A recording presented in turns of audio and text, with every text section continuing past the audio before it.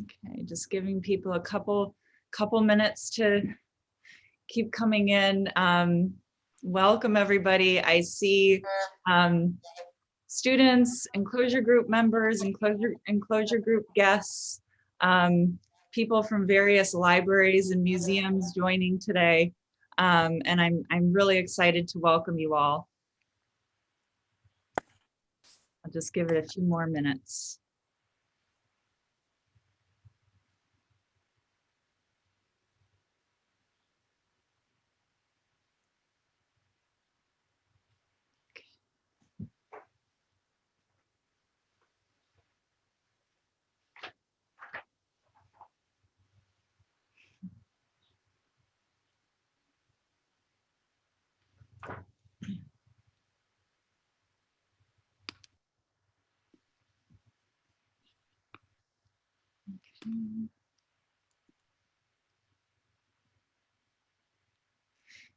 All right, it seems like right now we're at about 50 people. I don't want to start if there's a steady stream of people, but maybe this is our core 50 here.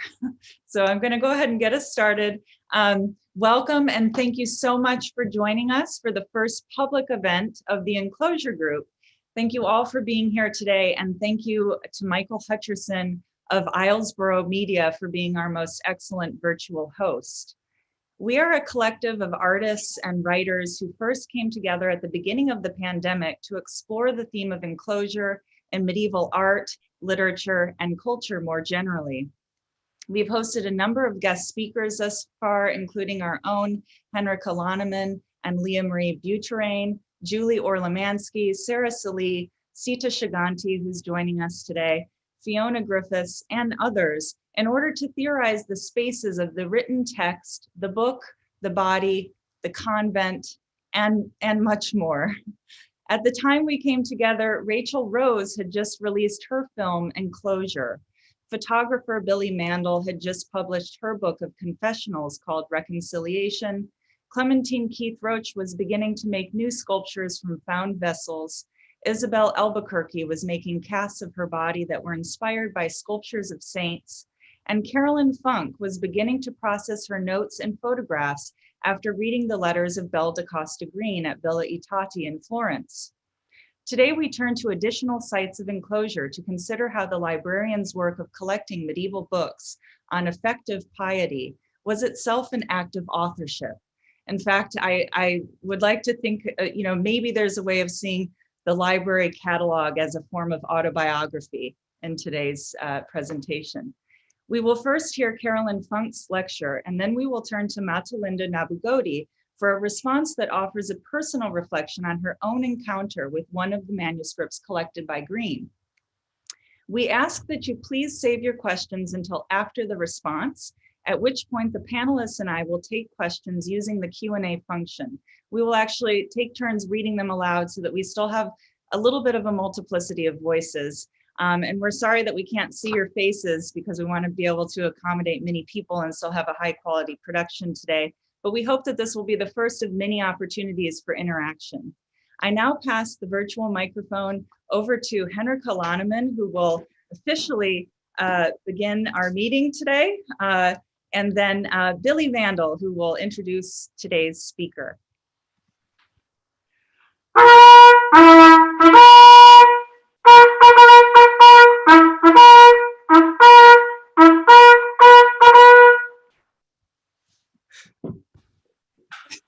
Thank you, Henrika. That was such a wonderful way to begin this talk. I'm honored to be here with the members of Enclosure, and I'd just like to start by first thanking Stacy for all of her work this year, for initiating Enclosure and for organizing the panel. We're really so indebted to you. I'm also thrilled to be introducing Carolyn Funk. Carolyn Funk is a New York City-based artist and essayist. She writes about cinema and critical theory and works in interdisciplinary modes of photography, painting, concrete poetry, and moving images. In addition, she is an archival film presentation specialist with extensive experience at museums and archives throughout New York City and international film festivals. Ms. Funk received a BFA from Tufts University, an MFA from Cornell University, and she attended the School of Criticism and Theory at Cornell. In 2019, she was awarded the Traveling Fellowship from the School of the Museum of Fine Arts to research Belle da Costa Greene's personal letters in the Berenson Archives at Villa Itati, Harvard University Center for Italian Renaissance Studies in Florence, Italy. Please join me in welcoming Carolyn Funk.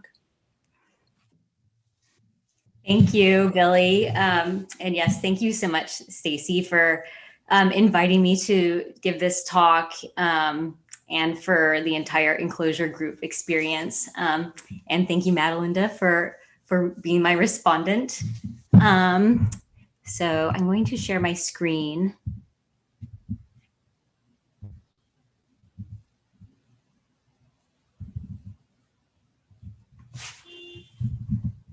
All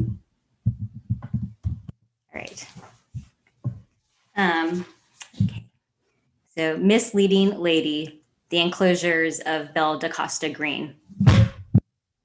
Belle da Costa Greene was hired to be J.P. Morgan's personal librarian in 1905 and subsequently became the first director of the Morgan Library and Museum. I was introduced to Belle, a figure who seems to hold mythic status among female librarians, by two archivist girlfriends, appropriately, over martinis at an old school New York restaurant in Midtown. My friends described Belle Greene's wild cocktail, cigarette, opera, theater, all-nighter lifestyle, her glamorous, self-invented persona, and her libertine spirit. She ran around with artists, never married, and had tons of affairs. I was sold. I love a hedonism or a joie de vivre as ethos. That is, in principle, an end in itself. And as indicated by the title of this talk, which I stole from a 30s Hollywood pre-code film, Misleading Lady, I like my heroines complicated, side-eyeing the law, unmoralized, and shady. That is, resisting representation. And Belle was, everyone agreed, an outrageous person. At the library, she dressed in couture, gesturing with giant silk scarves for emphasis in a cloud of French violet perfume. She mixed fluidly in companies high and low, shocked the idle rich and society with her Bowery slang. She made a hobby of collecting marriage proposals and fanned flames of speculation about her background.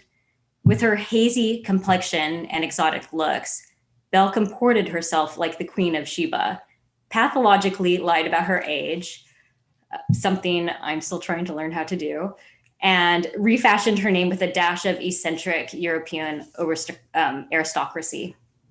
Da Costa. Her hard as nails French teacher called her a mystic and a decodeur, and at least a few people referred to her as a vulgarian. It seems the word most people used to describe Belle was vitalizing. It was Belle Greene who led me to Enclosure Group when I was looking for an entryway to learn something, anything, about the medieval and Renaissance manuscripts and early books that were her absolute passion.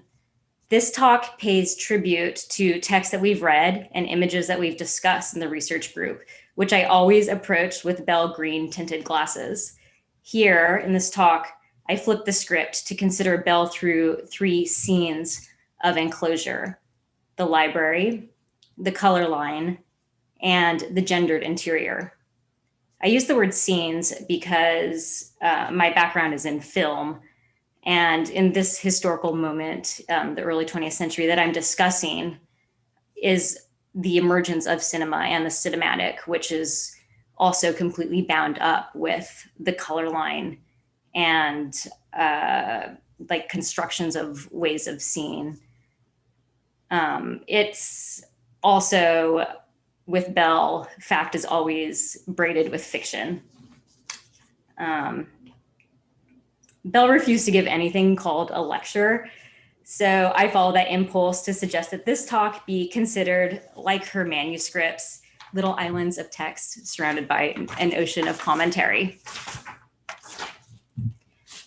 So Belle da Costa Greene was born Belle Marion Greener in 1879 into a middle-class mixed-race family in Washington, D.C. Her father here was a prominent Black civil rights activist, a lawyer, and a brilliant orator who debated, among others, Frederick Douglass. Here is on the cover of The Crisis, W.E. Du Bois's magazine. Belle's mother, Genevieve Ida Fleet, hailed from a multi-generational elite Black family in DC. After various political and teaching jobs during the optimistic Reconstruction era, Richard Greener was appointed secretary of the Ulysses S. Grant Monument Association, where he happened to work with J.P. Morgan, who was treasurer. And so he moved to New York. The family followed a little bit later in about 1888, 89. By the mid-1890s, concurrently with the dismal conclusion of Reconstruction, their marriage completely unraveled. Belle's father became permanently estranged from the family, and Belle, her mother, and siblings changed their names to suggest Portuguese and Dutch ancestry, dropped the R from Greener, and from then on passed. So Belle was employed at the Princeton Library in the early 1900s, where she impressed Associate Librarian Junius Morgan, who Belle called her mad, bad, beloved Julius, who was the scholarly art connoisseur nephew of banker J.P. Morgan. When the elder Morgan built a new library for his rare book and manuscript collection, Junius recommended his protege, Belle, to organize and catalog this collection. Morgan had an inherent instinct for ability and talent, which matched Belle's inherent instinct for rare books.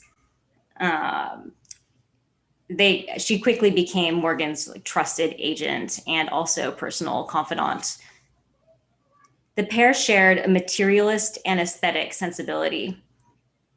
Belle described their mutual love for our medieval illuminated manuscripts that radiate color and light in an effect that emphasizes the luxury and the gorgeous barbaric beauty of the church in the early days. They also shared some personality traits: an unwavering self-confidence, boundless charismatic energy. They were both huge flirts, and they were moody. They both got the blues. One Morgan biographer called them soulmates, writing, "If the financier liked saucy women, Belle surpassed all rivals." Morgan's omnivorous and shopaholic tendencies, plus Belle's ability to channel and hone those tendencies formed an extraordinary collection, especially in the areas of medieval and Renaissance manuscripts. So Belle never acknowledged her Black ancestry during her lifetime, and she burned all of her personal papers before she died in 1950. Her most significant romantic relationship was with the married Italian Renaissance art expert, he was American, Bernard Berenson, shown here, or BB as everybody called him. BB saved over 600 of her personal letters against her wishes. He himself bemoaned that Belle had destroyed his personal his autobiography by burning his letters. I was able to read these letters at Villa I Tatti, Berenson's old residence outside of Florence, just before the pandemic. I was very lucky. And this was this very magical, enclosed experience of sitting alone in this archive, reading this very personal correspondence. The letters are intimate, yet performative, alternately passionate and intellectual, gossipy and strict business. Belle was constantly on the move, and the letters are often written in transit in like fragmented spurts between dinners and dates or late at night, lying in bed. You know, she was like, "I'm sorry if this is hard to read. I'm writing in pencil. I'm too tired to look for a pen." There were many letters written in bed. So the first scene takes place in 1908. Belle da Costa Greene, age 29, but 22 or 23 to anyone that asked, was sent by Morgan to the auction of Lord Amherst book collection. This collection represented an astounding history of the printed book in the English language. And Morgan approved around $35,000 for Belle to secure as many of Amherst's 16 William Caxton books as possible. Morgan had already tried to purchase these books, but Amherst had refused to break up any of his collection at all before. With the books now going under the hammer, Belle had her own plan. Landing in London, she immediately sought out Amherst and proposed a deal. She offered $25,000 for the Caxtons in block for all 16 before the auction, promising immediate cash payment. She also cleverly intimated Morgan's completist caprice that if he could not have all the Caxtons, then he might just, retreat from the auction, which would have the effect of capping the prices. So Belle described it as a trying moment, with the members of the Amherst family eyeing her suspiciously. She said, "They probably didn't like the way I dressed. They were so staid and prim."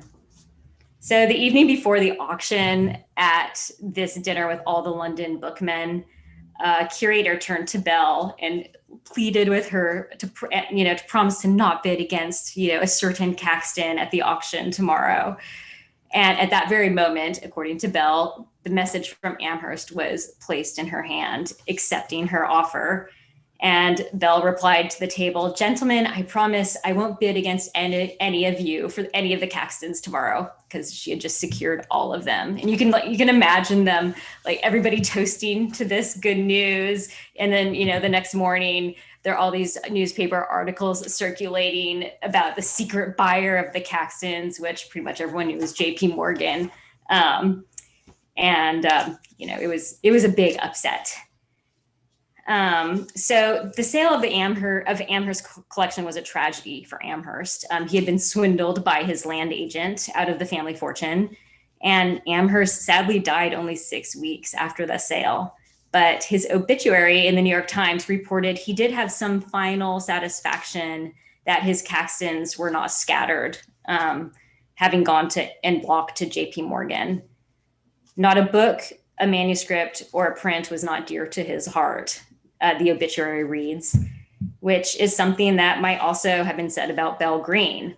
And I like to picture them, while talking about this sale, bonding over their love of books. Belle is so charming, but, probably not. But so among the Caxtons that Belle secured in her coup were 3 editions of the Golden Legend. The Golden Legend, composed of sensational stories and imaginative worlds of the lives of the saints, is a book that the printing press made ubiquitous. I think, someone can correct me, I think it was printed more widely, more than the Bible. Everyone read it who could. Between the ease of access and the legend's extra scriptural stories, the book came under special derision during the Reformation.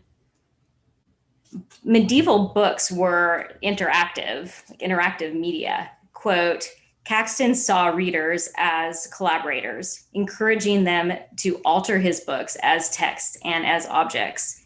Annotations to the legend show how enthusiastically those readers approached their task, not only labeling and clarifying the text, but also questioning Caxton's reliability." Here we see Gregory's crown defaced. One of the editions that that's not from the Morgan, but you get the idea. One of the editions of the Golden Legend purchased by Belle contains an annotation by a witty 16th century reader. Under a woodcut of Arundel's horse, the reader writes, "This book doth lie as fast as a horse can trot," which is hilarious. This example of humor as derision, annotating as a form of protest, defacing master narratives, and an idea of writing with, defines how I view Belle's rebellious being in the world. Belle's tireless and extensive work as a bibliographer itself functioned as a kind of collaborative note-taking and suggests a laboriousness to match the production of the manuscripts themselves. Fellow bibliophile Lawrence Roth wrote in 1949 to celebrate Belle's retirement, "If the dumb mouths of those books could speak, they would say that never in their hundreds of years of life had they been given such a going over as they received from the moment they entered this building in New York. Miss Greene's successor in the directorship has spoken of his increasing wonder as he has picked up book after book and found upon their flyleaves annotation in her firm, distinctive, and beautifully clear writing, comprising bibliographical references, records of verbal comments by scholars, or pointed questioning of everything previously said or written on the subject of the work at hand." In 1912, an interviewer asked Belle's official title. "Well," she said, "my friends in England suggest that I be called Keeper of Printed Books and Manuscripts. But, you know, in London, they have such long titles. I'm simply a librarian." Simply. Within her private letters to Berenson, Belle performs a somewhat contrary positioning of herself within the library. Receiving from Beebe the 16-volume French edition of 1001 Nights, she writes, "I am so excited by the mere joy of possessing them. I was all alone in my library when they arrived, and I sat right on the floor with all I could hold on my lap and the rest round me on the floor." Later, she writes, "I am glad to say that everyone is either sailing or moving to their country homes by this time, so I shall be left in happy isolation in my library. I've sent my coworker, Mrs. Thurston, away for a short vacation, and I am reveling in my books." And of British book expert Alfred W. Pollard, "He quite loves my library." The ownership emphasis of my library suggests an architectural enclosure as self-definition. Belle referred to libraries as homes for the soul. On one hand, this posits the library as body. It also applies the library as a holy enclosure, a space for contemplation or prayer chamber. The revelry of Belle in her books calls to mind Mary's and their books. So this is an image we did look at in Enclosure at some point, and I love it so much. But, you know, I'm sure Belle was familiar with these tropes of women. This is Mary in the Annunciation and their books. But I especially love this one because of the black and white stripes of the hair turning into the cloth, almost like a disguise. Mary Magdalene, who was described in the Golden Legend as bitter and a lighter, with her hair as a disguise, with her book here. And well, this is very tiny, but she is risen with angels, and she's covered in hair, which over her entire body like a disguise. I think it's so beautiful.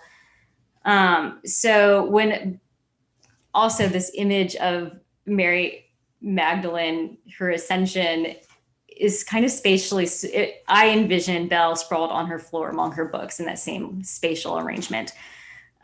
When Belle would take out and replace a favorite manuscript, a 12th century French devotional psalter, she kissed it.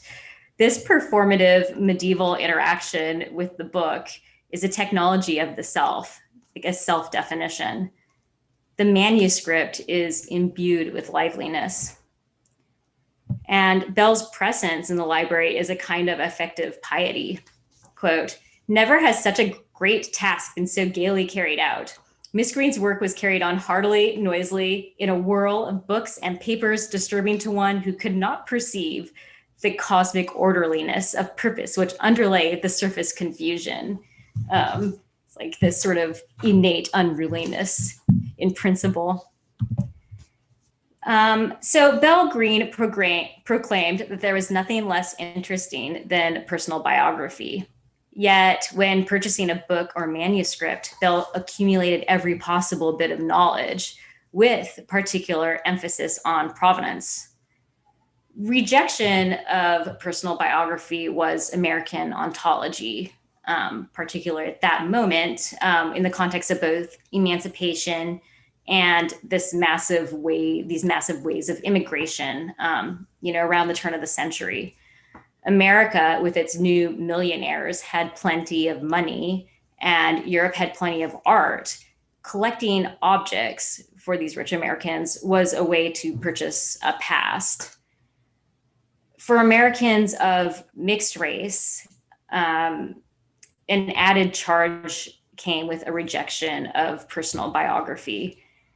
It was one to reject the violent past of conditions of enslavement, in which women's bodies were particularly vulnerable, and the violent present of the Jim Crow system.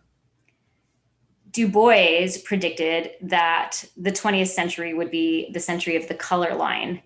After the fall of Reconstruction, new rigid definitions and enclosures of race dissolved class distinctions of Black elites. Jim Crow laws eradicated categories like mixed or mulatto.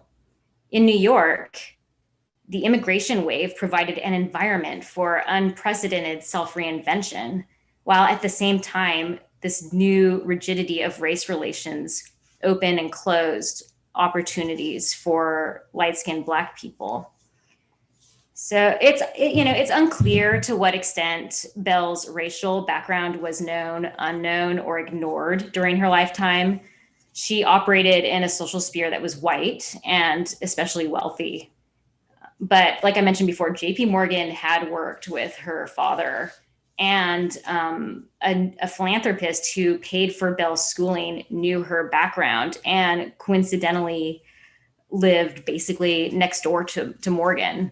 That is a piece of information that is new, that a researcher has just found out at the Morgan, has just found out about Belle's past, and it's super exciting. Belle herself would joke outwardly about her dark features. She decried blondes as the bane of her existence. She quipped that at a party, she would look like a huckleberry in a bowl of milk, and tearing a lace sleeve of her dress commented to a friend, "The black blood shows through, doesn't it?" Isabella Stewart Gardner referred to Belle in a letter to Berenson, I'm sorry to say, as a half-breed. But Belle herself called Gardner the yellow peril, saying, "The monotone color of her skin, hair, and eyes gets on my nerves. Meow." Belle's father, Richard Greener, here he is, was a noted bibliophile, a librarian, and a collector. He sold a collection of Black print paraphernalia to the New York Historical Society that included a copy of Freedom's Journal, the first African-American newspaper in the United States, a 1792 edition of Banneker's Almanac, and an 1830 copy of David Walker's Appeal to the Colored Citizens of the World. Walker's Appeal is a pamphlet that called for the immediate abolition of slavery and equal rights for Black people. And it was printed in Boston and disseminated via contacts all throughout the South, and was either read by or read to enslaved people. To me, this indicates that the emancipatory power of literacy and print was undoubtedly instilled in Belle from a very young age. It's like this is a concept like she internalized. For comparison, Berenson could not see any value in printed books. It wasn't unique art. So in 1894, when Belle was 14, Greener published an essay titled "The White Problem."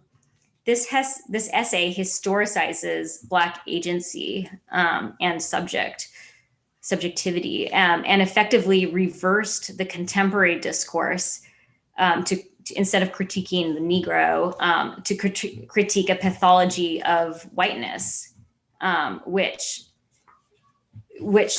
to be honest, is kind of the same exact conversation we're having today. he writes, another difficulty of this white problem is the universal belief that somehow the Negro race began its career with Lincoln's proclamation. All such novices would do well to look up their old histories, newspapers, and pamphlets. Greener goes on to emphasize that the Negro in America worked on the first newspapers, made the first woodcuts, and was the best pressman at Charleston, Philadelphia, and Boston. Quote, he was the first to organize for his own emancipation, among the first to speak, to write, and to print on his own behalf. He ends the essay with, it is not the Black, but the white problem that needs the most serious attention in this country. The Negroes feel that they are, first of all, American citizens, and second, Black citizens. But this emphasis on American as identity recalls Gene Toomer, the writer who attempted to define his own racial identity in a society that had legally obliterated a class of mixed. Toomer was the racially indeterminate author of the canonical Harlem Renaissance novel Cain. And he moved fluidly between white modernist and Harlem Renaissance circles. Preoccupied with naming and self-definition, Toomer declared a raceless definition of identity as American, neither white nor Black. In her poem Toomer, Elizabeth Alexander writes, I did not wish to rise above or move beyond my race. I wished to contemplate who I was beyond my body, this container of flesh. I made up a language in which to exist. I find this description of Enclosure so compelling in thinking about Belle Greene, the body as the container of flesh, and then the move to making up a language in which to exist. When the French artist Paul Hellieu, who painted those gorgeous zodiac ceilings in Grand Central Station, which were based on manuscripts he studied at the Morgan, he made a series of sketches of Belle, proclaiming, this is one, here is a typical American. Do you know who it is? Miss Belle Greene, librarian of Mr. Pierpont Morgan. Ha, librarian. Hey, that is funny to a Frenchman. Perfectly American. See that line? Alive, eh? Truly American. See the cigarette? When I first drew the cigarette, there's no cigarette in this one, but apparently there's a version of this sketch out there with the cigarette. Miss Greene objected to this. So Belle may not have agreed with the cigarette, but maybe like Toomer, she embraced American as an identity for the interstitial. Belle, like Toomer, made up a language in which to exist. Often posing for artists, Belle's representations make hazy, in disguise, but not disguised, like Medusa's beautiful laugh or the wily golden legend annotator. It's a winking protest, having won over on those who are foolish and deserve to be fooled. So in February 1911, Belle writes to Beebe, the same old tales of dinners, luncheons, theaters, and opera. It is really too stupid of me, and I'm honestly going to reform. Seeing a great deal of Mary Garden. She interests me tremendously, and I don't believe one half of the things that are said about her. What Mary Garden, the famous actress and opera soprano, said about herself around that time includes, who would marry a man and reduce him to the status of Mary Garden's husband? Along with carousing with actresses, Belle frequented the Colony Club, the first female-only social club, which opened in 1903. One anecdote from a society page at the time quotes, "Let me phone the boys. Don't wait dinner. I'm dining at the club." This was a big deal for high society women. Anne Morgan, Morgan's youngest daughter, was one of the founders of the Colony Club. Anne was a lesbian who at this time was in a tripartite relationship with Bessie Marbury, who was a theater agent bringing the works of Oscar Wilde and George Bernard Shaw to the American stage, and Elsie de Wolfe, who invented the profession of interior design. These were businesswomen. The Colony Club was one of Elsie's first jobs, and as if liberating women from domestic prisons, she transformed Victorian interiors of dark wood and 400-pound drapes to make one forget that any windows for escape even exist, into these bright and airy spaces with natural light and plenty of mirrors. Mary Berenson, Bernard's wife, who today is considered as having contributed significantly to the scholarship that went under BB's name, gave lectures on art history at the Colony Club. She professed, "People take me up in New York as much as they do Bernard. Women have a different position over here and count for a lot more in a society that is run almost exclusively by women."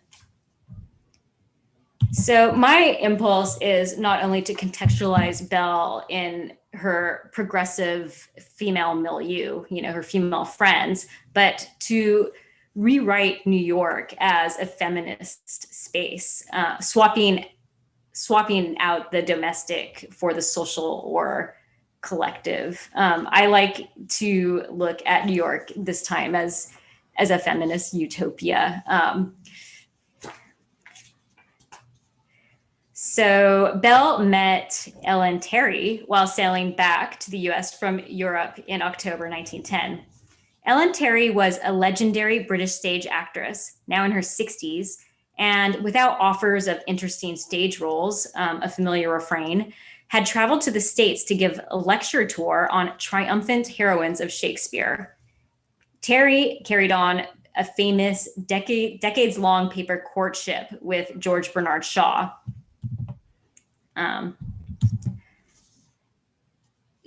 Belle writes, "She has all of her 10 years of correspondence with George Bernard Shaw here, and I have been having a delicious time reading that. I am crazy to know that man. He writes the most brilliant letters I've ever read. Oh, BB, what a life that woman has had. More than a dozen of us together will ever have. And her morals are enchanting." Her morals, she had married several times and had children out of wedlock. And I think at this point when Belle met her, she was married to an American man about 30 years younger than her. So Terry gave a week of lectures in New York, and this scene imagines Belle in the audience, which I am sure she went to one. Ellen Terry: "Have you ever thought how much we all, and women especially, owe to Shakespeare for his vindication of women and his fearless, high-spirited, resolute, and intelligent heroines?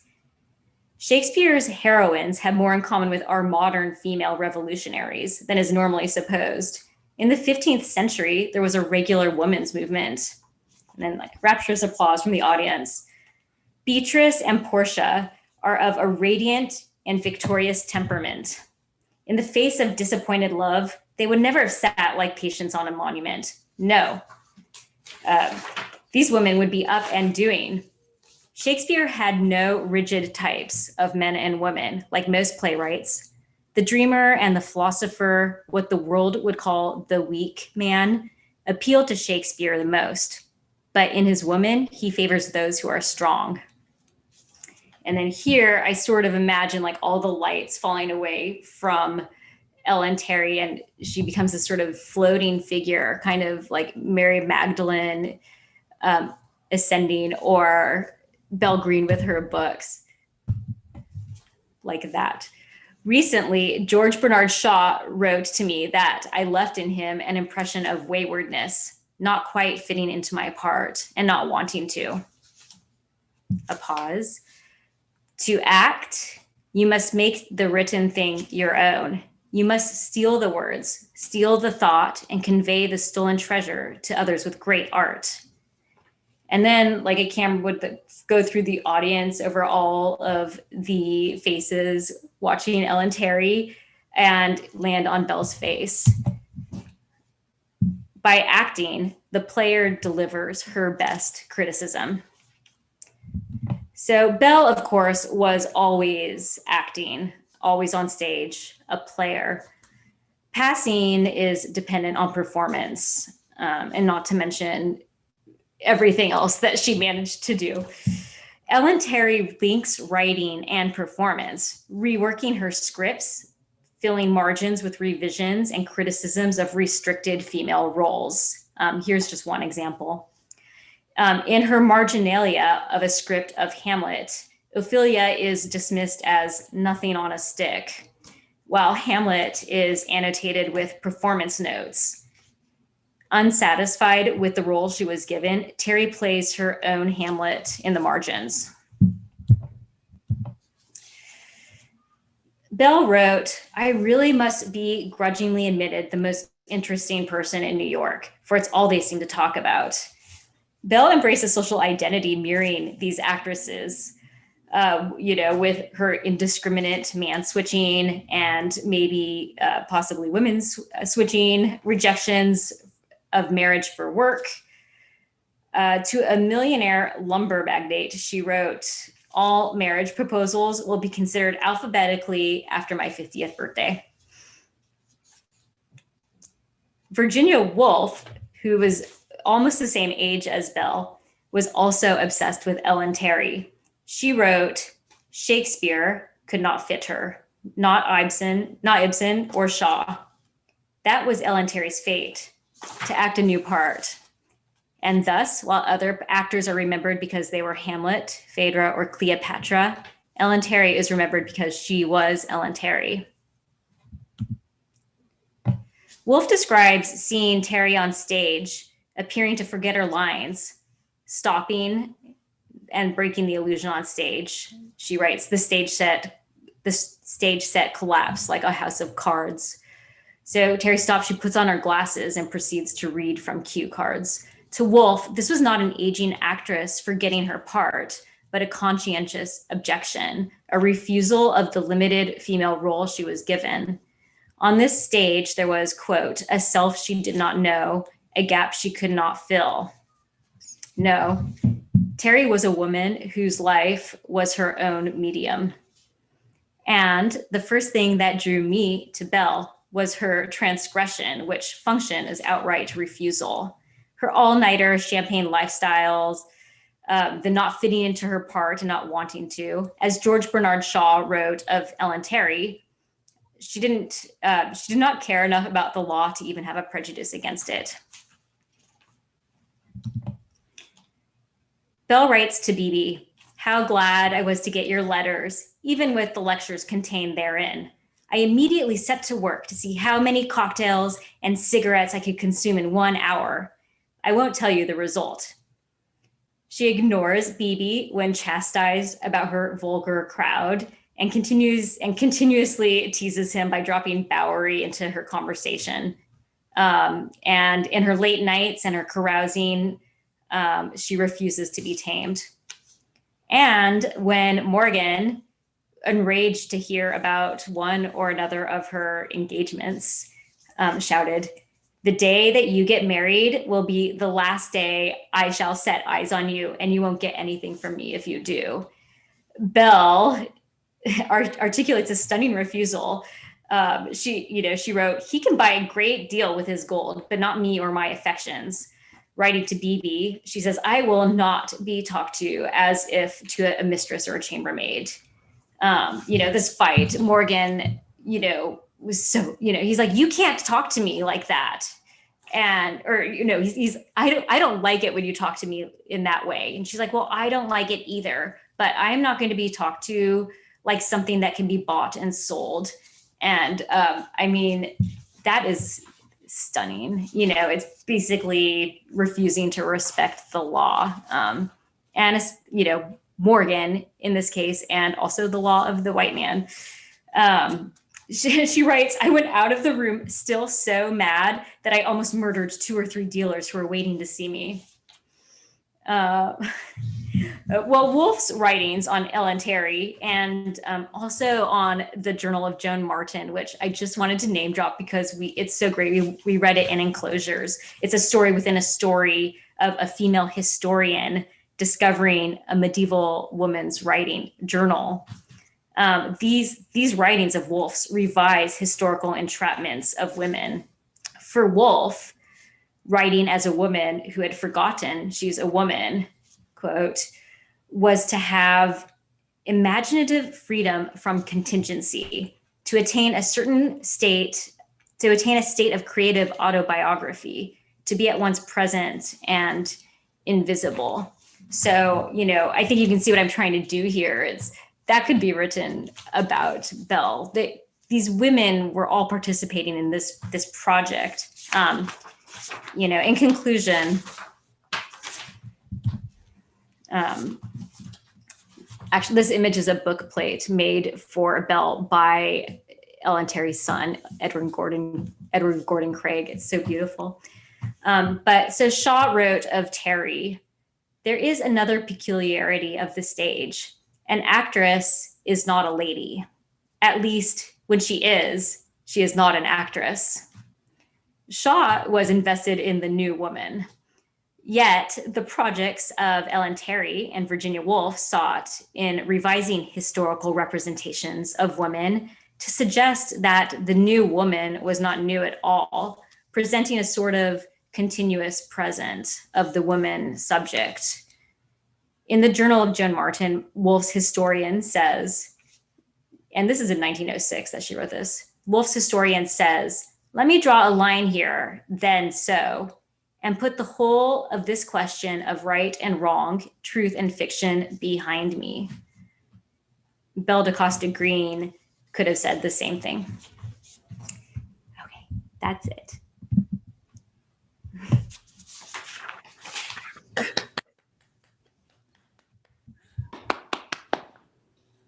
Many thanks. That was a fascinating talk. And I'm very curious to see how Matelinda is picking up the ball from here. I know it will be exciting because I've seen how Matelinda shapeshifts between different languages and different forms of writing. So I met her first through a mutual friend of ours, Mike Rossington at Newcastle, with whom she was still editing the translations of Percy Shelley. I'm in my Germanist mode, a language that Matelinda also masters, but Shelley, in fact, and came for that also to Oxford, where she became a visiting fellow at St. Edmund Hall, my college, and explored with us, for example, the tomb or the monument in praise of Percy Shelley, also quite outrageous monument that plays with images of masculinity and literature. So she's now in Cambridge with a Leverhulme Early Career Fellowship and has been there more or less in Enclosure for the last year. So I think it's for both of us really nice to meet this international audience and to talk about literature and art and the intersections. So over to you, Matelinda. Thank you so much, Enrique. Oh, sorry. Yes, and thank you for mentioning that visit to Shelley's monument, which I will talk about as well in a second. So what I'll do is, this is a response to Carolyn's lecture, but primarily a response to the conversation Carolyn and I had together with Stacy in preparing this. So I just written a text kind of responding to the things that I thought when I was speaking to Carolyn, and I'll just read it out for you now. And also I will share my screen in a second.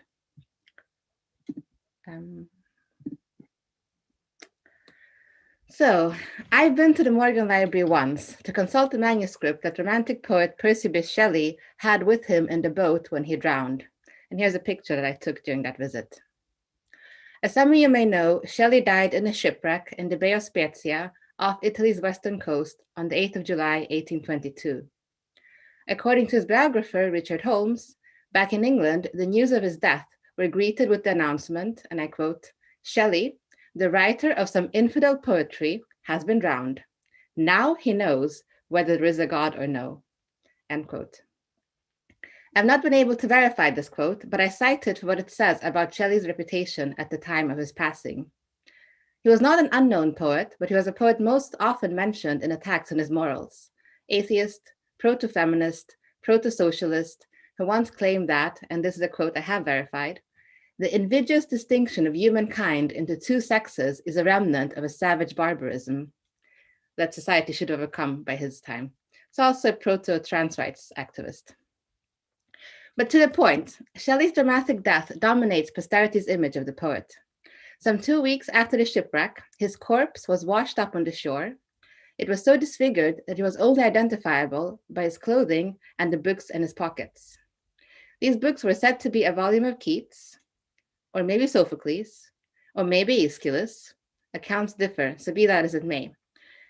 I don't think there were that many English poets washed up on the Italian shore in the late summer of 1822 for us to need to doubt the identity of the corpse. Due to quarantine laws, his body could not be removed to a cemetery, and in the end had to be cremated right there on the shore, a scene attended by his friends Lord Byron, at the time the most famous poet in Europe, as well as Leigh Hunt, who was less famous now, but a well-known poet and journalist in his time. The cremation spawned its own iconography, for instance, in the painting by Fournier that you see on the screen now. So the poet is not represented quill in hand, as is typical, but rather as a corpse being cremated on the beach. I've been to the Morgan Library once to consult a manuscript that was bought by Belle Greene, though I did not know who she was at the time. Today, the Morgan Library has an online exhibition that marks the 200th anniversary of poet John Keats's death. So John Keats died in Rome in February 1821. He was a friend of Shelley's, although they did not meet in Italy. The Morgan exhibition, here's an image from it. It focuses on Belle Greene's collecting of Keats's manuscripts. Here you can read that in 1909, Belle Greene had orchestrated an important purchase from the bookseller Frank T. Sabin that included a sketch of Keats on his deathbed by Joseph Severn, a lock of Keats's hair, as well as, and here I cite the webpage, I marked with an arrow. I know it's really, really small, so you might not be able to see it, but it actually says, Belle Greene purchased, quote, significant Percy Bysshe Shelley manuscripts, including a poem found in his pocket after he drowned in 1822, end quote. A poem in his pocket, on his disfigured corpse, more than 2 weeks in the water. I can imagine that this is what Belle would have been told by the seller, and clearly it has been recorded somehow because whoever wrote this text knew that. But would Belle really have believed that the poem she bought was a manuscript taken off Shelley's corpse? If the iconography of Shelley's death, not least various conflicting accounts of the books found in his pockets, would have tempted her to believe, she would not have done so after taking a proper look at the manuscript itself. This is because, in fact, the provenance is spelled out on its final page. The remains of the boat in which Shelley died, named the Don Juan, were actually located, and on the 15th of September 1822, so that's just over 2 weeks after, after 2 months after the shipwreck, the boat was salvaged. Found aboard were some assorted belongings, 2 trunks containing clothes, notebooks, and apparently this leaf. Captain Daniel Roberts, who had overseen first the building of the boat and then the salvaging of its wreck, wrote on the final page of the manuscript. So this is the same one that I showed a picture of earlier on. So he wrote on the manuscript at the back, Leghorn, lines written by Percy Shelley, or P.B. Shelley rather, and found by me in the Don Juan after being underwater in 13 fathom, presumably, off Viareggio, the place in Italy. So where they had been underwater from the 8th of July to the 15th of September. So the poem is not from the corpse's pocket then. Nonetheless, many records indicate that Belle shared my penchant for dead romantic poets. People ask me, why do you, it's unsaid here as a woman of color, work on Shelley, the unsaid thing here being such a super canonical dead white poet. But I work on Shelley in part as a provocation, because people expect me to work on someone who looks like myself, say Toni Morrison, Alice Walker, Zadie Smith. All of them are fantastic authors, but instead somehow, out of spite, I've settled on the deadest and whitest man in the canon. deadest and whitest, for sure. And here's a photo taken by Henrike on that visit to the Shelley Monument in Oxford. And it shows Shelley dead, washed up on the seashore. You can't see it, but actually his body is covered by seaweeds. You can't see the seaweeds because the marble is so dazzlingly white. It is so dazzling, it's actually hard to photograph. So the one photo is by Henrike, the other photo is by John Piper, a famous photographer, and it's taken in the first half of the 20th century. So roughly around the time when Belle Greene was active. Now, is that not the deadest and the whitest person or poet that you've ever seen? In this regard, Belle is revelation, a woman of color who seems to have shared my commitment to dead white men, and so glamorous to boot. Could I find a better role model? But she passed. According to a biographer, Heidi Arizona, her father, whom Carolyn has spoken about, was ostracized by his political Black civil rights activist associates. So they shunned him when it became known that his wife and family in New York were passing as white. They were traitors to their race. But that idea of passing as traitorship implies that it is deceitful somehow, that one, the person who passes, fools white people that one belongs to white people and betrays Black people by disowning them. I don't think it needs to be that black and white. Regardless of their own color, any person who engages with European art and culture intimately and imaginatively will perforce enter into its worldview with its white privileges and anti-Black biases. Treasures paid by war, theft, enslavement, and oppression. This is not to say that enjoying European art makes you racist. Partaking of the European worldview does not mean accepting it wholesale, and we may, of course, occupy multiple worldviews. In fact, to me, this is one of the main motivations for engaging with art. It opens up new worlds for us. That said, the fact remains that many of these worlds are built on racialized oppression. And so I'm thinking of Walter Benjamin's often cited remark that there is no document of civilization that is not at the same time a document of barbarism. In this case, the barbarism of Western racism. So as Black scholars of European cultural heritage, we are passing all the time. Just by speaking academic English, we are passing, but that does not make us any less Black. So I've been to the Morgan Library once to consult a poem that has many names. According to one memoir, Shelley wrote the poem in late 1821, so roughly 6 months before his death. And here's an image of his draft manuscript. The occasion was that a tenor named John Sinclair, a Scotsman who worked at the Opera House in Pisa, where Shelley was living, so in Italy, asked Shelley to write a song for him. Shelley wrote this poem for an Indian melody that people of his circle refers to as either Alla Mala Punka or Tazebe Tazano Beno. Shelley himself transcribed the poem and gave it the name, The Indian Girl's Song. So this is Shelley's fair copy of the poem in his neatest hand. I'll read you the poem out loud in a second, so you can read along if you can make sense of his handwriting. I arise from dreams of thee, in the first sleep of the night. The winds are breathing low, and the stars are burning bright. I arise from dreams of thee, and a spirit in my feet has borne me, who knows how, to thy chamber window sweet. The wandering airs they faint on the dark silent stream. The champak odors fail, like sweet thoughts in a dream. The nightingale's complaint, it dies upon her heart, as I must die on thine, O beloved as thou art. O lift me from the grass, I die, I faint, I fail. Let thy love and kisses rain on my lips and eyelids pale. My cheek is cold and white, alas, my heart beats loud and fast. O press it close to thine again, or it will break at last. Cheek cold and white, alas. What did I say about him being the deadest and whitest poet? The manuscript you see on the image was sold in 1962 and then went under the radar, so believed to be lost, until it was discovered that it was bought by Bodmer, a Swiss equivalent to Pierpont Morgan, and is now in the Bibliotheca Bodmeriana in Geneva, Switzerland. Do note the handwriting. As I said, this is Shelley's neatest hand. If you compare it to the copy in the Morgan, and the one that I looked at, this is a more professional image. This is the one that Belle Greene bought as if taken from the corpse of Shelley. Was previously believed to have been written by Shelley as well. But if you look closely, you might see some significant differences. For one, the title differs. This one bears the name, the Indian Serenade. The Indian Serenade is also the name given to a version that Mary Shelley transcribed into a large copying book that is now in the Houghton Library at Harvard. And here's that copybook.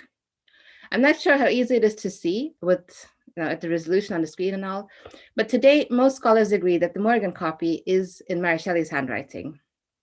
She would like to come to publish it with the title Lines to an Indian Air. After Shelley's death, Mary Shelley stayed in Italy for roughly a year before returning to England. On her way home, she passed through Paris when she wrote the following letter about an evening she passed at Kenny's. There was music at Kenny's, and all at once I heard chords on the harp, the commencement of the Indian air you often heard me mention. One is so afraid of appearing affected, but I was obliged to entreat them to cease, and then smothered my tears in pain, for it darted like a spasm through me. So that's how powerfully she associated the song with her husband. But of course, we do not know what she heard. We only have the words. A poem with many names, the Indian Girl's Song, the Indian Serenade, Lines to an Indian Air. Also a poem in many places, at the Bodleian Library in Oxford, at the Bodleiana in Geneva, at the Houghton Library in Harvard, and at the Morgan too, of course. This amazes me about manuscripts, their afterlife on the international collector's market. How papers that were once clearly on a desk together, as a poem was copied from one onto another, are now spread out across the world. And it touches me to learn that Belle was interested in bringing them together again. So for instance, Shelley sent a copy of Adonais, his elegy for John Keats, to Joseph Severn, the friend of Keats who had sketched Keats on his deathbed, as we saw a few slides ago. This was accompanied by a letter. Now, Belle took pleasure in being able to reunite Shelley's letter to Severn with the presentation copy of Adonais, and you can see on the screen her comments, how I was glad to be able to buy the copy of Adonais which Shelley sent to Severn, as we already possessed Shelley's autograph letter which accompanied it. So she could bring together what had been once together and then was separated and then coming together under the Morgan Library roof. I've been to the Morgan Library once. It's the only place where the invigilator stood next to me and watched me wash my hands before letting me anywhere near the reading room. And that's pre-COVID, mind you. Can manuscripts carry the traces of someone's touch? I find that there's always something magical in thinking that the brittle piece of paper in front of you is the same that the poet once held in his hand, as if he just put it down and walked away. But the truth is that in the 200 years separating us from the Romantics, their manuscripts have been handled by generations of relatives and friends at first, and then connoisseurs and scholars later. In the case of the Morgan manuscript, the Indian Serenade, any trace of Shelley has surely been washed away by 2 months underwater. But does it carry any trace of Belle? How easy I fall into calling her Belle. When I first met Carolyn to talk about her lecture and my response, I was struck by her use of Greene's first name. It seems so against the distance we're supposed to uphold to the objects of our study. Archival records show that when Belle started working for Pierpont Morgan, it was so incomprehensible for many of his art and manuscript dealer associates that Morgan would have put a woman in charge of his library that they addressed her as "my dear sir" and "dear Mr. Greene" in their letters. She signed Belle Greene, librarian, later Belle Greene, director. The anecdote reminds me of how at one point I thought that the best thing about getting a PhD would be that people would have to call me doctor, allowing me to escape the quite dispiriting choice between Miss, Mrs., and Ms. at the head of any form. But all too often people, especially people outside of academia, assume that Dr. Nabagodi is my husband. So maybe we've not come so far after all. Mr. Belle. Belle, of course, means pretty in French, for which I have an immediate affinity. My own first name, Matalinda, in my childhood Linda for short, carries the Spanish equivalent of the French belle, Linda, que belle, que linda, how beautifully it all aligns. I've been to the Morgan Library once, and they told me that when I'm done in the reading room, I can visit the museum for free, because I'm a scholar. I go with a friend. He arrives bemused. "Is this where you do research?" he asks as we drink overpriced coffee among the tourists on their cultural trail through Manhattan. He tells me that when Bertolt Brecht, the playwright, heard the name Pierpont Morgan, he found it so perfect for a capitalist villain that when he wrote his next didactic play, Die Heilige Johanna der Schlachthöfe, or St. Joan of the Stockyards in English, he named his evil industrialist Pierpont Moller. And that's a photograph from the production, so Pierpont Moller is in the right-hand corner. Later, we, my friend and I, end up in a hotel bar next to Grand Central, built in a grand style, but now slightly shabby and half deserted. We're waiting for our respective trains. We're missing our respective trains, one after the other. Now I think that I have perhaps never been so like to Belle as at that moment, drink in hand, old school glamour, fresh from the library. I've been to the Morgan Library once, and I'm very grateful to Stacey and Carolyn for giving me this opportunity to revisit in words and memory like this. Thank you very much.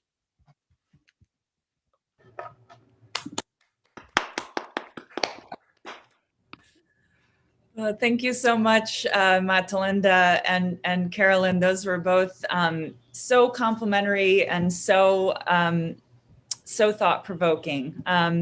Since we have talked plenty, I'm very eager to see what the listeners have to say today. So we'll give everybody a second here to take a breath and get some questions into our Q&A box. While we're waiting for that, though, do either of you have comments for one another that you'd like to start off with, or questions? Oh, that was so beautiful, Matalinda. Likewise. I so thoroughly enjoyed doing this, I must say. And I don't think I've written a response like this before. And it's a very interesting mode of writing as well, both with the archival material, but also with you and your take on it. I think that was really pleasurable. Well, and I love so much getting any insight into, I love Belle and her persona so much, but because I have no background working with manuscripts, it's so wonderful to see how scholars work with these materials and their attachments to them. It helps me understand her more. It's also, it's still not clear to me how the two sides of her personality combine. So on the one hand, the medieval illuminated manuscripts, and then the romantic era manuscripts that are often not beautiful because they're everyday letters and notices. So they're much more throwaway objects that become valuable because of the romantic kind of cult of genius. Whereas I think medieval manuscripts are so valuable in their own right, like illuminated and with the gold and the time it takes to write. So I think that's also interesting how she enjoyed both. Yeah. I think, the Romantics were really inspired by, this is definitely out of my wheelhouse of expertise. But I guess the way I was always thinking about it is the Romantics were inspired a lot by medieval poets and writers, right? Like Dante and that was the way that I always sort of contextualized it. No, absolutely, that's right. That more like the material objects in its own right. Because when you work in the library, at least, then I sit there with sort of kind of stinking, half moldering pieces of paper, and then you look over to a medievalist and have this kind of beautiful golden vellum thing in front of them, and then I can be a little bit envious of what they're looking at compared to what I'm doing. On the other hand, once in the Berlin, I was sitting again, so the opposite, someone working on papyri, and it looked like a little word salad stretched out in front of them. And then I felt, I'm so happy that at least I have a piece of paper as opposed to little kind of minimal scraps. I think the materiality of text is what combines it, and just to have this historic link to touch of it. So be it the hand of a nun or the hand of Shelley. And so Matalinda and I looked through, remember the Watsons together with Catherine White, one of my students. So the last unfinished book by Jane Austen, or she actually started it early, but she never finished it. And it had notes attached to it with drawing pins. You could see there were the same kind of pins she would have used for clothes. And to have this personal link to a writer's hand, I think links both the medieval manuscripts and the Romantic. Okay, the questions from the audience are starting to come in, and also we do, as you all can probably see now, we have a group of panelists from the Enclosure group. Our group is actually fairly large, and so this is a representative group, and others are part of the audience today. So our panelists, I'm sure, have questions for the speakers, but should we start with the people in the chat? So Kiara Sanchez, who I know is actually a writing student of mine at University of San Diego. So thank you, Kiara, for weighing in here. She says, thank you all for this great conversation. Do any of you have a favorite anecdote of Belle? And now Kiara is calling her Belle as well. It's contagious. Wow, a favorite anecdote.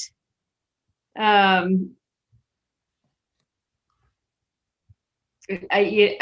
that is hard because it's, everything about her is so outrageous. And I mean, the thing about the letters, it's so hard to tell what's like performance. And I'm so interested in her female friendships, but of course, to Berenson, the only thing that she writes about, she writes about people who I think he would know, so famous actresses. But I don't know. Let me think for a second. How about the Spanish forger unmasking? As a medievalist, I found that particularly interesting. So not to be awed by the manuscripts, but to see through deception as well.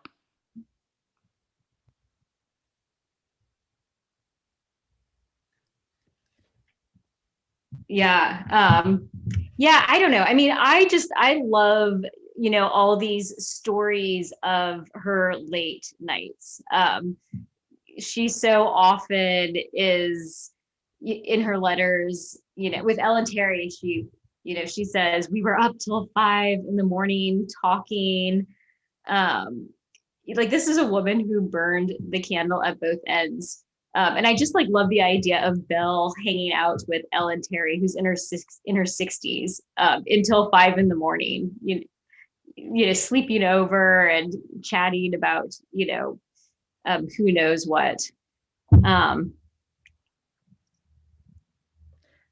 I must say, I agree. It's just a combination of a person who's both so good at what she does in something that's quite a stuffy profession and quite scholarly and academic, even though she didn't have a formal degree on the one hand, and then being able to have this nightlife parallel existence on the other hand.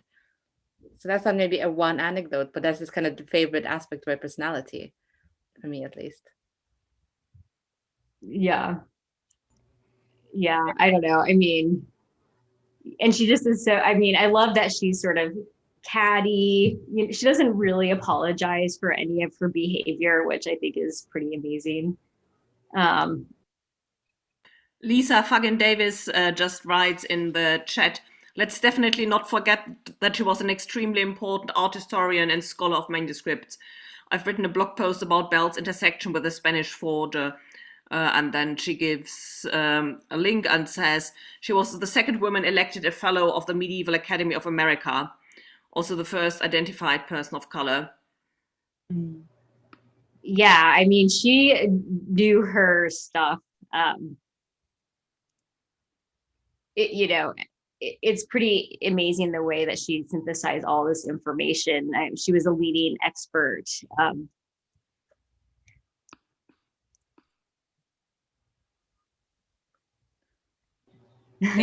Thank you so much for that, Dr. Davis. And okay, we have a few more questions in the Q&A so far. So actually, Lakshmi, do you want to read the next one?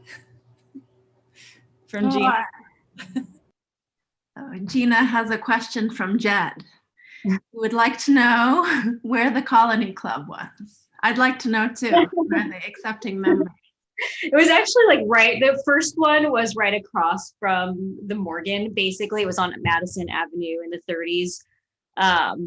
And it moved a couple of times. It still exists. It's on the Upper East Side now. But the problem with the first location was that it was too close to a church to get a liquor license. So for a while, everybody was just bringing in their own alcohol, but that was shut down eventually. But yeah, so Belle would basically, pop out for lunch and go across the street to the Colony Club.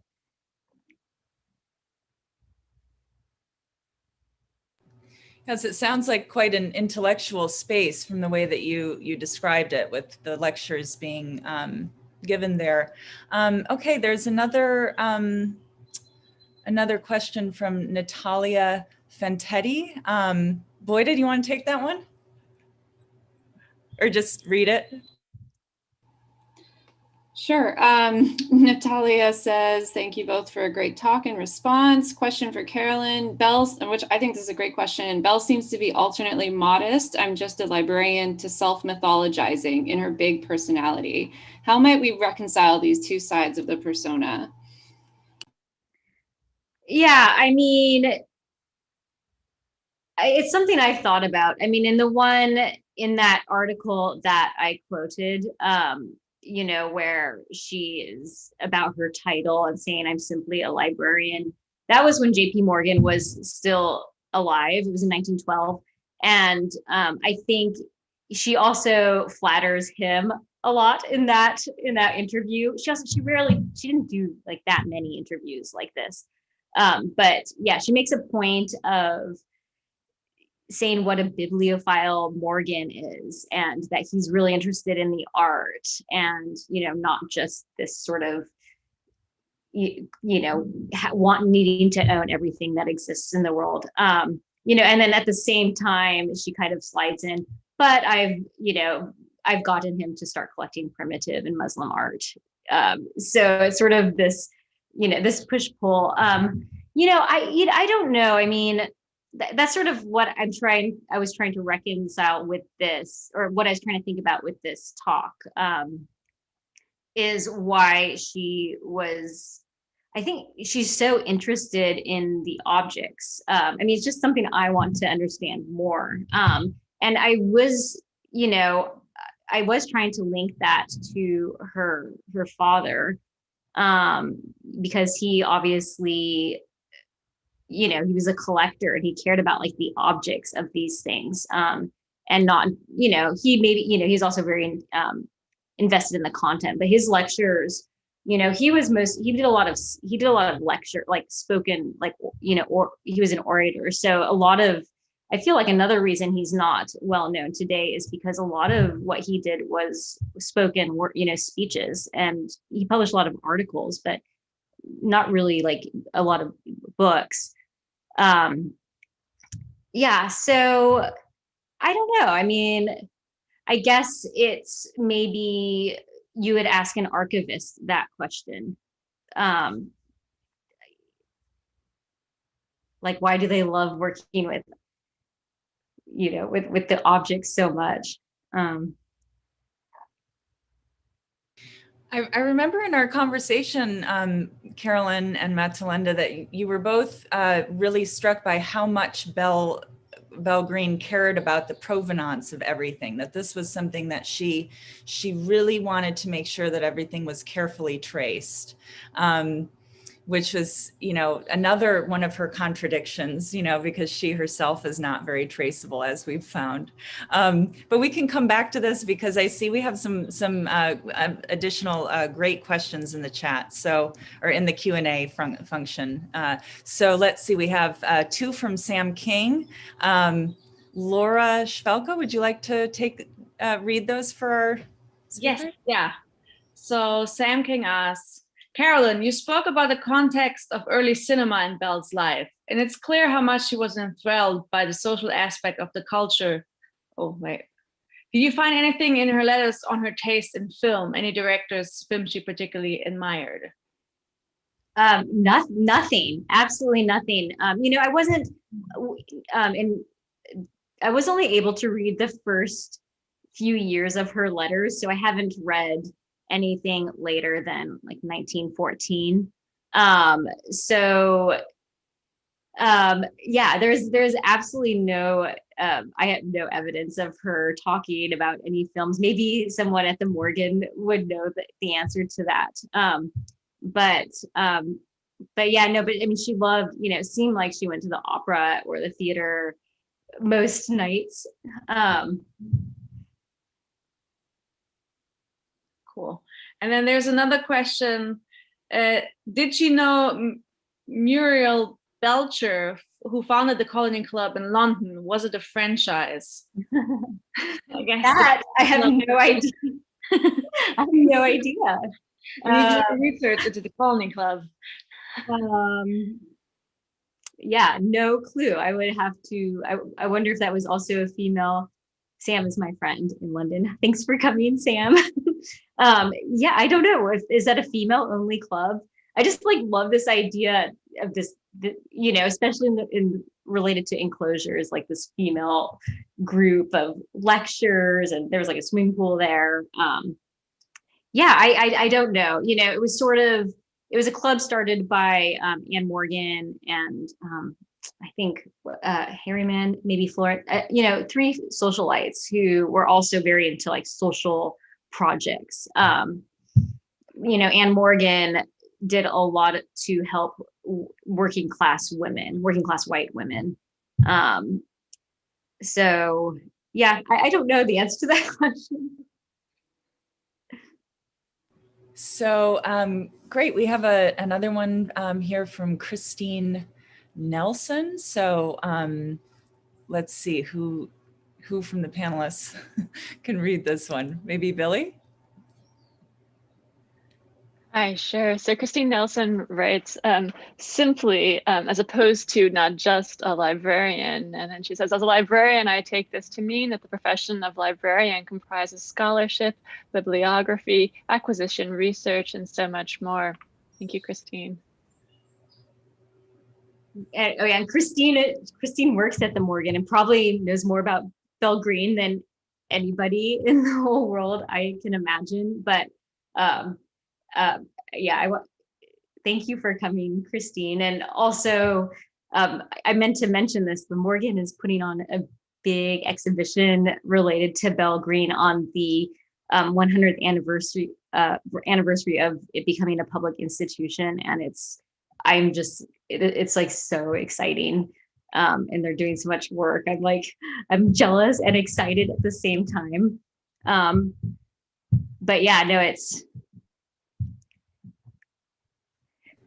If I may add to that, I also found that librarians are such an important source of knowledge in terms of, it really to emphasize the point that librarians are not just librarians, but they really are a massive help for researchers as well.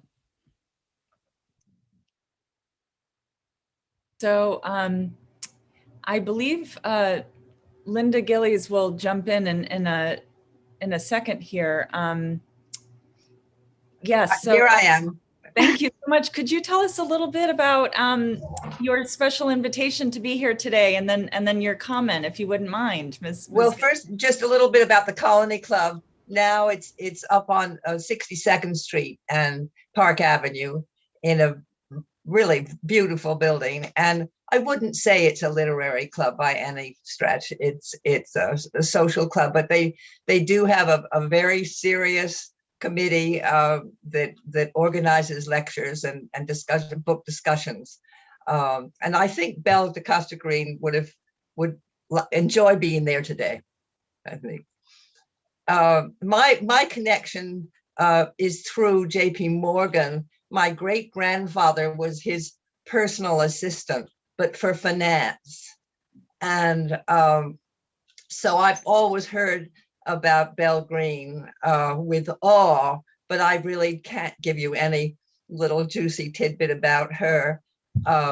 My grandfather then worked for Morgan's and my uncle, so there's this long tradition. And the only story which doesn't have anything to do with Belle Greene was that my great-grandfather was with Mr. Morgan when he died in Rome in 1913. And J.P. Morgan, there are some portraits of him where he had a tremendously bulbous nose. And it was a rare blood condition. and he spent thousands trying to have it fixed. And when he died, as right after he died, his nose became absolutely normal. And this is very off the point, but it's my connection to J.P. Morgan, and that's about all I know. But Belle da Costa Greene was always very high, and everybody's book who worked for Mr. Morgan and had any connection to Morgan. She was a superstar. Oh, that is so. Thank you for asking me. Oh my gosh, thank you for coming. It's so incredible. Somebody just asked, what was the name of your great-grandfather, Linda? It was John Ridgely Carter, Carter, and then there were other Carters that followed. So this is thanks to Michael Hutcherson at Islesboro Media that he put this all together, that Linda, who lives on the island, would have experienced much of the history that we're talking about today. So there is one other thing about the Morgan Library, which there's been no mention of master drawings, and they were a very important part of, and are still today, a very important part of the Morgan Library, and she had to have been interested in them and collected them with Mr. Morgan and afterwards. It's a remarkable collection, and if anybody goes there, do make an appointment and go and look at drawings there. Of course, first of all, you have to see the library. If you haven't seen the library, it is a remarkable room, one of the great rooms in the world.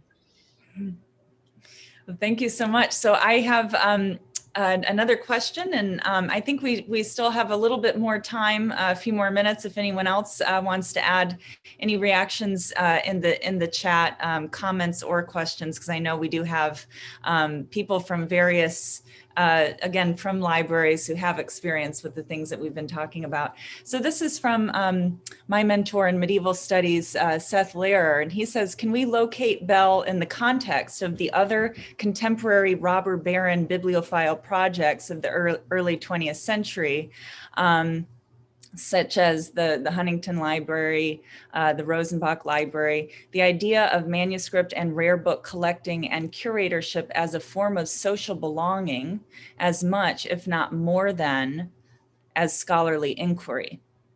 I always find still that my visits to these great libraries are first and foremost about class. And yeah, thank you so much for that.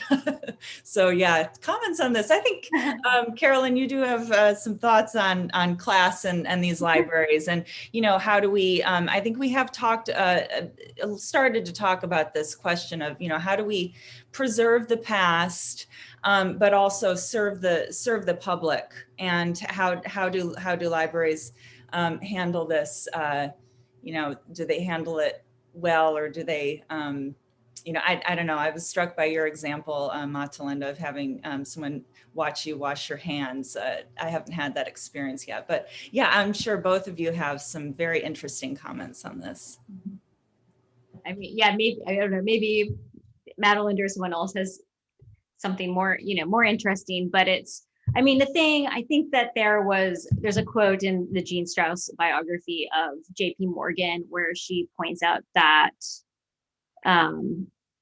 you know, no, like Morgan was already kind of wealthy, so he didn't really have to prove, like someone like Frick, you know, that kind of like he had taste, but he, you know, it was like you could tell that he was buying also for like the love of the object. And it's like I like love, you know, I mentioned this to Stacy and Madelinda already, but I love JP Morgan now, which is a crazy thing to say coming from me, but you know, I've seen him through Belle's eyes, you know, and there, you know, he left in his will that in 1913 that his intention was to make this a public institution. and Belle would say that it was the private libraries that made the great public libraries now. And the simple fact is, I mean, there's all this really interesting. The art world at that time is so interesting. You could, well, first of all, there wasn't an import tax on books, so you could collect books at that time around 1900, where you couldn't necessarily bring in paintings. And then later it's like you could bring in these things, but only if they were promised to go into public institutions. So it was kind of this, you get to have your cake and eat it too. Like you get to like bring these in and then like hang out with them in your, living room, and pretend like you're part of this old European aristocracy, and then but not to pay tax on them, and then as long as you're going to eventually give them to a public institution. But the fact is like we wouldn't have those institutions if it weren't for these robber barons. Belle knew probably, I don't, she definitely knew Huntington. She knew, she would often talk about Benjamin Altman. And, she definitely knew these collectors. I don't think she didn't really do dealing herself. And she was she was the Morgan Museum. But yeah, I mean, she was very much of that world. But yeah, I mean, she always, I think she makes a distinction, and I kind of feel like Jean Strauss comes to this conclusion that Morgan wasn't really a robber baron in the way of, he was, I don't know, there's definitely this narrative of like altruism there, which like I've kind of bought into doing this research. But I wonder also to add to that, I think there's definitely, Seth has a point about how it's not just about scholarly, it's competition between these wealthy men to show who has the best collection. But I think the thing about Belle within that network is that she's also employed by Morgan. So she doesn't have agency herself, and it's not her money, it's not her honor at stake. So I think one needs to see the power dynamic between Belle and Morgan as well, or rather Greene and Morgan. And now she seems to be at times frustrated with having to kind of deal with his tantrums and wanting to be like the people she hangs out with, who all have independent means, do whatever they want, whereas she has to go back to work, she has to go back to the office in a way. So I think that's important to kind of keep in mind before we attack the class dimension of these collections.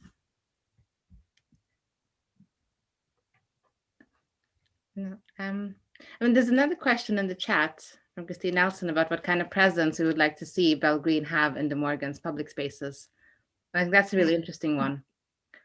Because for me, it definitely seems like now that we talk much more about anti-racist practices in these elite spaces, in quite white spaces, whether Belle Greene is someone that can make the library more approachable to a more diverse public, whether that feels actually really tokenistic and just like we happen to have a woman who happened to be a woman of color, but now we were going to roll her out and sort of put her in front and center, just so that people can feel like we're a diverse institution. I think that's a really tricky question for me. I know if other panelists have other thoughts on this. Yeah, I guess I don't. I really don't, because I don't work in really that context. But I do feel like that's why I am so much want to kind of put Belle into some kind of community instead of this sort of example of exceptionalism, even though she was clearly exceptional. I feel like, it is a tricky question. That was really interesting. Let's see. We have some other questions coming in here. I actually see one in the chat, so I'm going to read that really quickly, and then I'm going to ask Lakshmi to speak for our dear friend Jordan Anderson, who's in the Q&A. Okay, so George Haggett, thank you for coming. And he says, how deep is the connection between Belle Greene's high society lifestyle and her love of these very sumptuous manuscripts? Would it be fair to describe her as camp? Thoughts? Um, Well, I think the meaning of camp has changed, perhaps. So we could see her as camp today, but whether that would have the same significance for her. Maybe. Although you suggested both the sort of various lovers shifting of various genders, so maybe. yeah, I mean, there's nothing guaranteed, nothing that we know about her having actual lesbian relationships, except for she definitely, had a lot of lesbian friendships and flirted constantly with everybody. But yeah, I don't know. Yeah, it's an interesting question. I mean, I guess it's like in terms of, I mean, that's why I always I'm thinking in terms of like representation. But yeah, no, I think you're right, camp, it's like, then do you consider medieval manuscripts camp? But I like the idea. Like I do like camp as a concept. I'm not sure if I would, I don't know. For want of a better term. Yeah. About that and have Lakshmi move to we have a Shelley question, which is great because we haven't gotten to talk about that part of the presentation today. So Jordan Anderson is asking, do we know why Keats did not spend much time with Shelley, given how much Shelley admired Keats' work? He almost seemed to avoid Shelley's company. I mean, there is records of Keats saying that he will avoid Shelley because he finds Shelley a little bit overbearing, and that Shelley will have some sort of influence on Keats's poetry that Keats does not want him to have. I noticed how, so after Shelley dies, everyone kind of loves Shelley and says how wonderful he is. But if you look at records from kind of in his lifetime, and sort of people's journals and letters who are around him, it seems that he was quite an annoying person. I think he was prone to lecturing people on how to write. So I think that might have been a sense in which Keats was fed up with Shelley kind of telling him how he ought to write. So there's one side. I think the other side is also how Shelley behaves towards Keats, because that idea that Keats dies because he read a bad review and that's ruptured a vessel in his lung and so he gets tuberculosis out of reading a bad review. Shelley does a lot to promote that. And so he convinces people in the circle that this is why Keats dies. So even though he writes to Keats and says, come to Italy and live with me, Keats decidedly, he goes to Italy and does not see Shelley, but in part because he was already ill at the time. But I do think that there is an unresolved tension between them. And Shelley's admiration for Keats, a lot of it seems to be he wants to take Keats under his wing and sort of have a bit of someone to maybe push around as well, that Keats was resisting.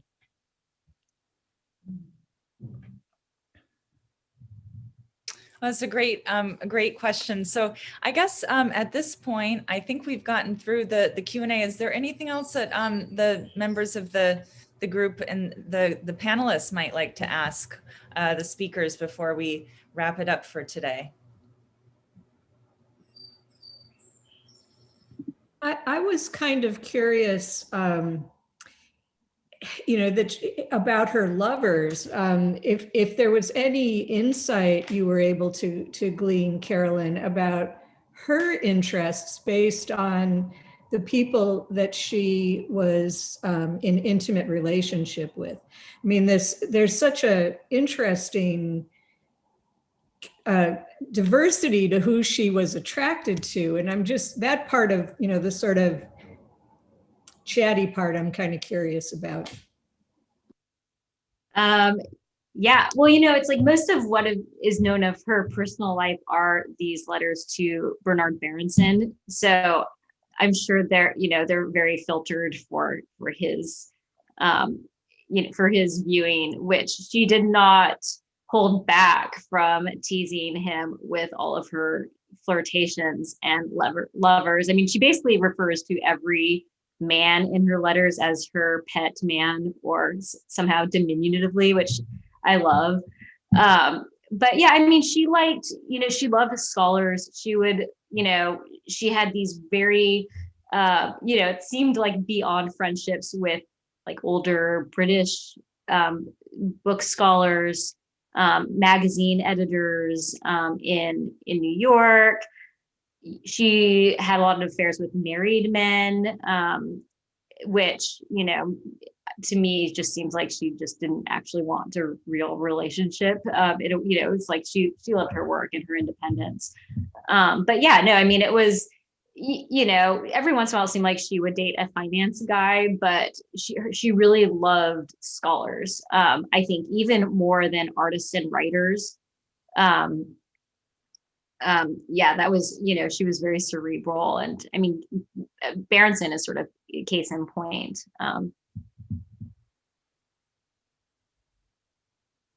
These are the things we're not really supposed to talk about, right? Let's see, Linda, did you want to jump in? I was just curious about whether in her letters she talks with Berenson about the other collectors, because there was a frenzy going on amongst those newly rich people, and Berenson was involved with just about all of them. And I wonder whether she brought them into the conversation. Yeah, I mean, a lot of the letters, and again, I've only read like the first 5 years or less of the letters, but, it seems like she didn't, Berenson had this whole deal with Joe Duveen, who was the biggest art dealer in the first half of the 20th century. And I mean, he is wild. I'm obsessed with Duveen. But they had this sort of, because it wasn't cool, for Berenson to work for a dealer, because it undercuts the value of your scholarship. You're not an innocent bystander anymore. You have skin in the game. So it was sort of the secret deal, relationship that they had. So a lot of Belle's letters to Berenson she's not aware of this deal that Duveen and Berenson have. And yeah, no, it's all about like the collectors. Yeah, I mean, like, I would say probably her letters are insane. Some of them are really long. Pretty much every single letter has some kind of, the early ones anyway, when they're still in love, there's like some lovey-dovey thing, and then some society gossip, and some like important art world, art dealing gossip, like don't tell anyone this. Business stuff about JP Morgan. Some people speculate that she burned her personal correspondence maybe more for JP Morgan's sake than her own. But yeah, I mean, they were constantly sending each other kind of tips, asking for like lists of Rembrandt etchings, and there's a lot of work. That was also a big part of their like relationship,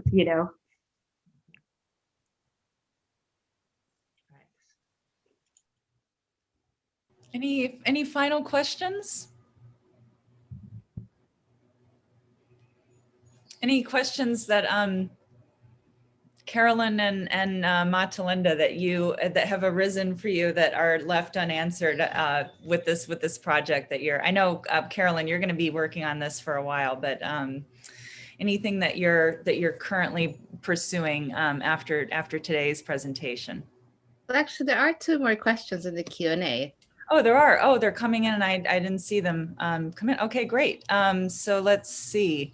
Boyda, do you want to read Kath Swan for us? Sure. So Kath says, thank you very much for this talk. Very informative. We've heard about Belle and her father. Did she have siblings? Is there any information about them? Did you want me to read both? Sorry, or just that one?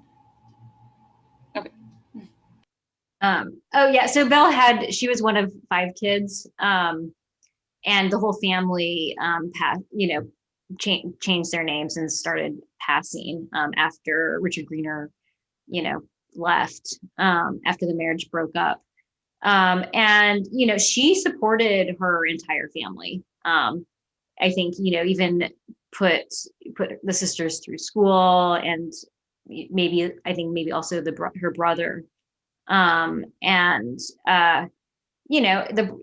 brother went on to become an engineer, and the sisters no one had as bold and illustrious career as Belle Greene, but I think maybe she had a sister Louise who might have worked maybe in the Morgan a little bit, and her mother lived with her until she died. So, but yeah, she was the breadwinner, and that's another thing about that I didn't talk about in terms of passing, but there was an economic reason to make that decision. Once the father, who was Richard Greener, was never that great at making money anyway, and then he was gone, and it's Genevieve Fleet and her 5 children. Yeah. So I mean, Belle supported the entire family. Okay, I think we have one last question in the Q&A, which I think you're going to appreciate, Carolyn. It says from Attilo Botagal. Okay. Attilio, he works at Villa Itati. Oh, great. So, great. Well, he knew what to ask. So this is in the presentation slides next to the manuscripts. An ashtray with the Belle da Costa Greene monogram has been shown. Could you tell us more about it? And I know you can. Well, not that much, but that was when I was at. Thank you for coming, Attilio. Yeah, when I was working in the archive at Villa Itati, I was there for almost a month. Every day I would just go in, not talk to anyone, try to not do anything wrong. When I first got there, Ilaria, the archivist, was like, well, you want to read these letters? Have you seen her handwriting? Have you seen Belle's handwriting? And I was like, no. And it was her handwriting is out of control. But yeah, so the curator, Giovanni, at Villa Itati one day came out, and he was like, I found this in one of the rooms. And it was this ashtray that has Belle Greene's initials on it. And I just my presentation of the images is just a suggestion of things that I'm looking at while working on this project. But yeah, I mean, I was so charmed, and that he wanted me to pass it on to the Morgan to see if, I don't know, I guess if they knew anything about it. But yes, it brings me back to my Villa Itati days, which were magical. Okay, well, I think this has been so wonderful. So my expectations were high, and this definitely exceeded them. So I just want to thank everyone for coming today. We have a blog where you can keep up with events, and we like to post related events, anything related to the concept of enclosure, which is very capacious. So it's basically the Middle Ages, art, and its afterlives. And so I guess I'll ask the panelists maybe to give our speakers one more round of applause. And thank you all so much. We hope to continue this conversation in the future. Thank you so much.